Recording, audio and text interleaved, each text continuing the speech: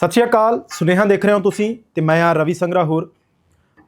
ਅੱਜ ਅਸੀਂ ਇਹ ਮੰਨ ਕੇ ਚੱਲਦੇ ਹਾਂ ਕਿ ਪੰਜਾਬ ਇੱਕ ਡਿਸਟਰਬ ਸਥਿਤੀ ਦੇ ਵਿੱਚ ਆ। ਡਿਸਟਰਬ ਸਥਿਤੀ ਦੇ ਵਿੱਚ ਮੈਂ ਇਸ ਕਰਕੇ ਕਹਿ ਰਿਹਾ ਕਿ ਹਰ ਦੂਜੇ ਤੋਂ ਤੀਜੇ ਦਿਨ ਅਸੀਂ ਇੱਕ ਖਬਰ ਕਵਰ ਕਰਦੇ ਹਾਂ ਜਿਸ ਦੇ ਵਿੱਚ ਇਹ ਹੁੰਦਾ ਹੈ ਕਿ ਫਲਾਣੇ ਸ਼ਖਸ ਦੇ ਕੋਈ ਗੋਲੀਆਂ ਮਾਰ ਕੇ ਸ਼ਰੇਆਮ ਗੋਲੀਆਂ ਮਾਰ ਕੇ ਉੱਥੋਂ ਦੌੜ ਗਿਆ।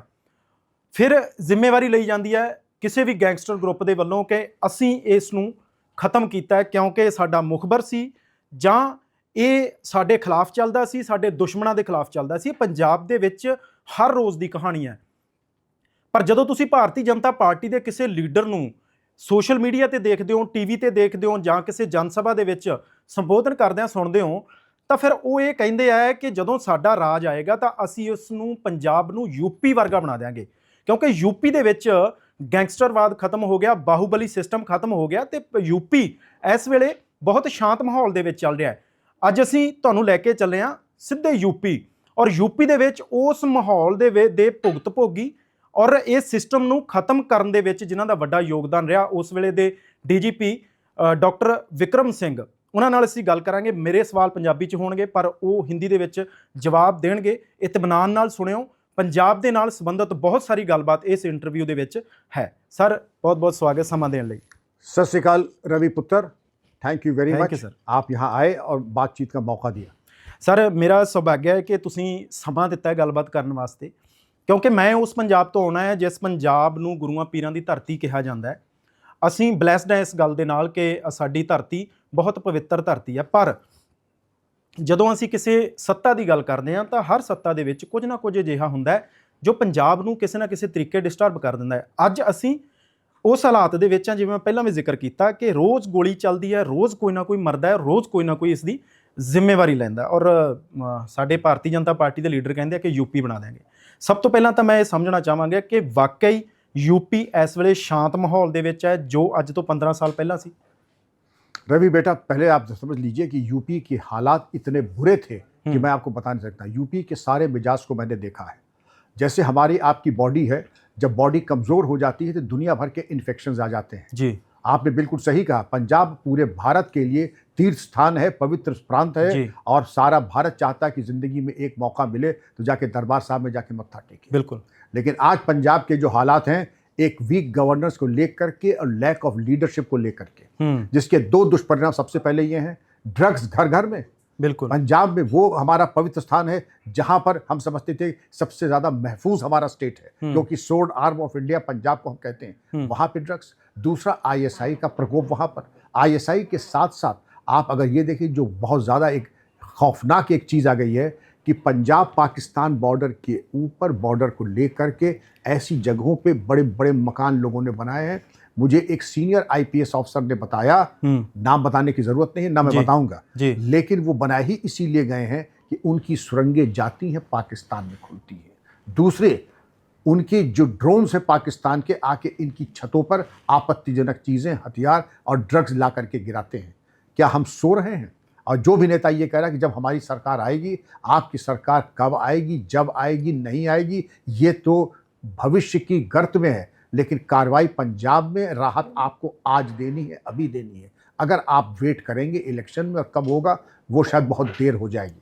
ਸਰ ਤੁਹਾਡੇ ਐਕਸਪੀਰੀਅੰਸ ਤੋਂ ਇਹ ਸਮਝਣਾ ਚਾਹਾਂਗਾ ਕਿ ਸਾਡੀ ਗਵਰਨਮੈਂਟ ਇਸ ਵੇਲੇ ਕਹਿ ਰਹੀ ਹੈ ਕਿ ਅਸੀਂ ਐਂਟੀ ਡਰੋਨ ਸਿਸਟਮ ਪੂਰੀ ਸਰਹੱਦ ਦੇ ਨਾਲ ਨਾਲ ਲਾ ਰਹੇ ਹਾਂ। ਇਹ ਤੋਂ ਬਿਨਾਂ ਹਰ ਰੋਜ਼ ਸਾਡੇ ਬਿਆਨ ਆਉਂਦੇ ਨੇ ਕਿ ਗੈਂਗਸਟਰ ਜਿਹੜੇ ਆ ਉਹ ਇੱਕ ਥਾਂ ਤੋਂ ਅਪਰਾਧ ਕਰਕੇ ਦੂਜੇ ਚੌਂਕ ਤੱਕ ਜਾਣ ਨਹੀਂ ਦੇਵਾਂਗੇ, ਉਹਨਾਂ ਦਾ ਐਨਕਾਊਂਟਰ ਹੋ ਜਾਏਗਾ। ਬੇਸ਼ੱਕ ਕੁਝ ਐਨਕਾਊਂਟਰ ਹੁੰਦੇ ਵੀ ਹੈ ਪਰ ਉਹਨਾਂ ਦੇ ਵਿੱਚ ਜ਼ਿਆਦਾਤਰ ਇਲਜ਼ਾਮ ਇਹ ਹੁੰਦੇ ਆ ਕਿ ਫੇਕ ਐਨਕਾਊਂਟਰ ਨੇ। ਖੈਰ ਇਹ ਸਾਰੀਆਂ ਚੀਜ਼ਾਂ ਜਿਹੜੀਆਂ ਨੇ ਇਨਵੈਸਟੀਗੇਸ਼ਨ ਦਾ ਪਾਰਟ ਹੈ ਪਰ ਮੈਂ ਇਹ ਸਮਝਣਾ ਚਾਹੁੰਦਾ ਹੈ ਕਿ ਅਪਰਾਧ ਨੂੰ ਇਸ ਤਰੀਕੇ ਖਤਮ ਕੀਤਾ ਜਾ ਸਕਦਾ। ਤੁਹਾਡਾ ਇਸ ਦੇ ਪਿੱਛੇ ਐਕਸਪੀਰੀਅੰਸ ਕੀ ਹੈ? ਤੁਸੀਂ ਬਹੁਤ ਵੱਡੇ ਵੱਡੇ ਲੋਕਾਂ ਨਾਲ ਮੱਥਾ ਲਾਇਆ ਇਸ ਤੋਂ ਪਹਿਲਾਂ, ਅਤੀਕ ਅਹਿਮਦ ਵਰਗੇ, ਮੁਖਤਾਰ ਅੰਸਾਰੀ ਵਰਗੇ ਬਹੁਤ ਸਾਰੇ ਵੱਡੇ ਵੱਡੇ ਨਾਮ ਸੀ ਜਿਹੜੇ ਯੂਪੀ ਦੇ ਵਿੱਚ ਸੀ, ਤੁਸੀਂ ਉਹਨਾਂ ਨੂੰ ਹੰਢਾਇਆ। ਕਿਵੇਂ ਖਤਮ ਕੀਤਾ ਜਾ ਸਕਦਾ ਹੈ? ਇਹ ਇੰਟਰਵਿਊ ਸਾਡੇ ਪੰਜਾਬ ਦੇ ਬਹੁਤ ਸਾਰੇ ਪੋਲੀਟੀਸ਼ੀਅਨ ਵੀ ਸੁਣ ਰਹੇ ਹੋਣਗੇ।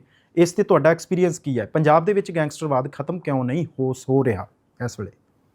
Lack of leadership Ravi ji, इसका एक सिंपल वन लाइनर जवाब नहीं है, इसकी मल्टी प्रॉन्ग। क्योंकि जब डिजीज़ कॉम्प्लिकेट हो जाती है, जब डिजीज़ पूरे बॉडी को इम्पैक्ट करती है, उसका ट्रीटमेंट फिर पीएचसी में नहीं होता है, उसका ट्रीटमेंट एसजीपीजीआई में होता है या पीजीआई में होता है। और उसके ट्रीटमेंट सबसे पहले कि पंजाब पुलिस तो बहुत ही काबिल पुलिस फोर्स है, उसका डेटाबेस अपग्रेड कर ले और बिना इसका ख्याल रखे कोई आम आदमी पार्टी का है, कोई बीजेपी का है, कांग्रेस का, पहली चीज तो ये ख्याल छोड़ दें, अगर क्रिमिनल है तो क्रिमिनल के खिलाफ कार्रवाई कर दें और एक अभियान क्रिमिनल है, क्रिमिनल हाँ। हर जिले में पंजाब के जो टॉप 100 क्रिमिनल्स हैं उनको एक अभियान चला करके 15 दिन के अंदर उनको भेजें सलाख के भीतर।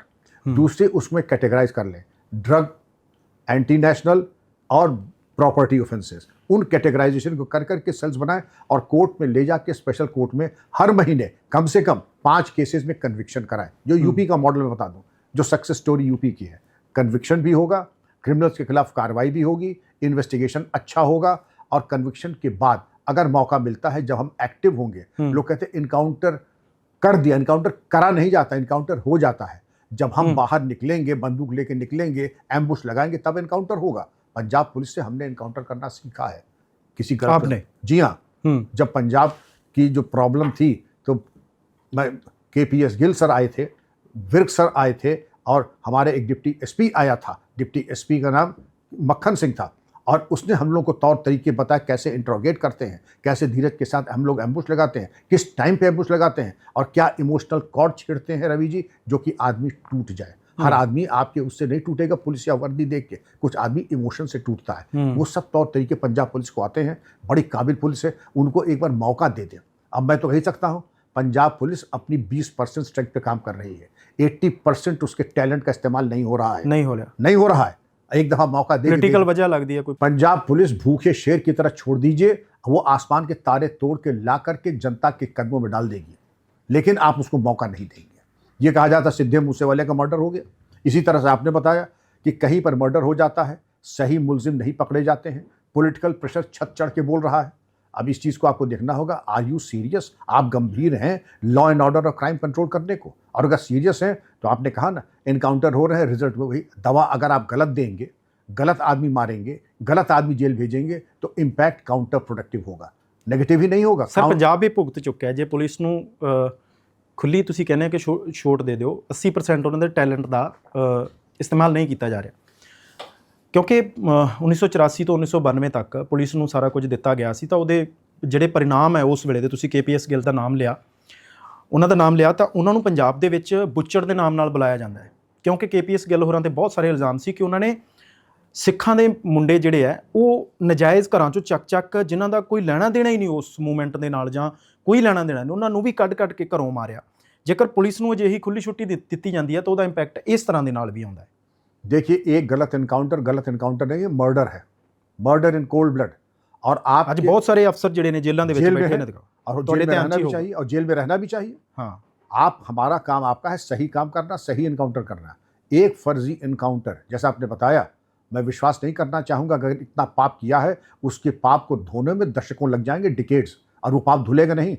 जैसे लेडी मैकबेथ के हाथ से खून के दाग गए नहीं थे, और वो हमेशा जब सपने में भी उठती थी कहते ये खून के दाग, सारे अरेबिया की परफ्यूम से भी अगर हाथ धो ले तो ये पाप और ये खून मिटेगा नहीं। अगर ये ऐसा पाप हुआ है, जो कि मुझे विश्वास है कि आप ऐसे जिम्मेदार लोग, और मुझे भी अपने भी चैनल है, मुझे मालूम है गलत इनकाउंटर्स हुए हैं, फर्जी लोग मारे गए हैं, तो उसकी एक तो हमारी क्रेडिबिलिटी नीचे चली जाती है। हाँ, क्रेडिबिलिटी को उठाना ਪੁਲਿਸ ਤੋਂ ਭਰੋਸਾ ਉੱਠਿਆ ਹੋਇਆ, ਇਹਦੇ 'ਚ ਕੋਈ ਸ਼ੱਕ ਨਹੀਂ ਹੈ, ਕਿਉਂਕਿ ਪੁਲਿਸ ਠੀਕ ਹੈ ਲੋਕਾਂ ਦੀ ਸੁਰੱਖਿਆ ਵਾਸਤੇ ਹੁੰਦੀ ਹੈ, ਪਰ ਜਦੋਂ ਇਸ ਤਰ੍ਹਾਂ ਦੀਆਂ ਘਟਨਾਵਾਂ ਵਾਪਰਦੀਆਂ ਹੈ ਤਾਂ ਉੱਥੇ ਫਿਰ ਲੋਕਾਂ ਨੂੰ ਵੀ ਪ੍ਰੋਬਲਮ ਆਉਂਦੀ ਹੈ ਕਿ ਜੇਕਰ ਪੁਲਿਸ ਨੂੰ ਖੁੱਲੀ ਛੁੱਟੀ ਦੇ ਦਿੱਤੀ ਜਾਊਗੀ ਤਾਂ ਅਜਿਹੀਆਂ ਚੀਜ਼ਾਂ ਵਾਪਰਨਗੀਆਂ। ਸਰ ਤੁਸੀਂ KPS ਗਿੱਲ ਸਾਹਿਬ ਦਾ ਨਾਮ ਲਿਆ ਸੀਗਾ, KPS ਗਿੱਲ ਨੂੰ ਜਦੋਂ ਤੁਸੀਂ ਮਿਲਦੇ ਹੋ ਤਾਂ किस तरह की शख्सियत सी वो उस वेले?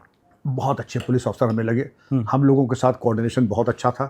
हम लोगों ने अगर बताया कि हमें जैसे ये कुछ चीज़ें चाहिए, जैसे वेपन्स एडवांस, बहुत पुराने वेपन्स हैं, उन्होंने MHA से कह करके हम लोगों को एडवांस वेपन्स दिलवाए, पैरामिलिट्री फोर्सेस के कैंप्स लगवाए, जॉइंट एक्सरसाइजेस पंजाब पुलिस से करवाएं। हमारा चूंकि इंटरेक्शन जितना लिमिटेड था, हमें ये लगा कि उनसे ज़्यादा प्रोफेशनल पुलिस ऑफिसर जिस वक्त जिसकी ज़रूरत थी, तो KPS गिल सर की ज़रूरत थी उस वक्त, और विर्क सर की ज़रूरत थी। विर्क सर भी उनके ही एक बहुत अच्छे और विश्वास पात्र ऑफिसर थे, जो बाद में महाराष्ट्र के भी DGP रहे, तो पद्मश्री भी मिला है उनको जी।